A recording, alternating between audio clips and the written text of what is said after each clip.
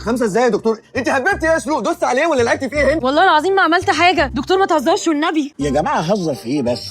انا باين قصادي 5 قلوب. ما يمكن طفل واحد عنده 5 قلوب. طفل واحد ازاي عنده 5 قلوب يعني؟ هو اخطبوط. يا دكتور اكيد في حاجه غلط. طيب جرب كده اطفي السونار وشغله تاني. اصل 5 ازاي يعني يا دكتور؟ اتاكد بالله عليك، هو اصلا في حد ممكن يبقى حامل في الرقم ده؟ ده رزق، المفروض انكم تفرحوا. نفرح بايه؟ نفرح بايه؟ احنا كنا عايزين واحد عايزه طفل عشان نفرح بيه، لكن ايه كل اللي انت جايبه لنا في الشاشه ده؟ يا ابني انا مالي انا يعني؟ الحمل ده مش هينفع ايه؟ عيب الكلام اللي انت بتقوله ده، حرام. لو سمحت يا دكتور بعد اذنك اديها اي حاجه، نزل لنا كل الكلام دوت وحط اللولب واقفل على كده. دي جريمه يا دكتور انا جوزها وبقول لك مستعد اكتب لك اقرار انا وهي ان احنا موافقين وهدي لك اللي انت عايزه. انت مجنون، انت فاكرني ايه؟ اللي انت بتقوله ده يا محمد دول ولادنا. انت تسكتي خالص. اتفضل يا استاذ اطلع بره، انا عياده محترمه. هذا محترم، حسبي الله ونعم الوكيل فيك. انا عملت لك حاجه يا ابني؟ يلا يا يعني محمد. انت عبيط؟ يلا يا محمد دلوقتي.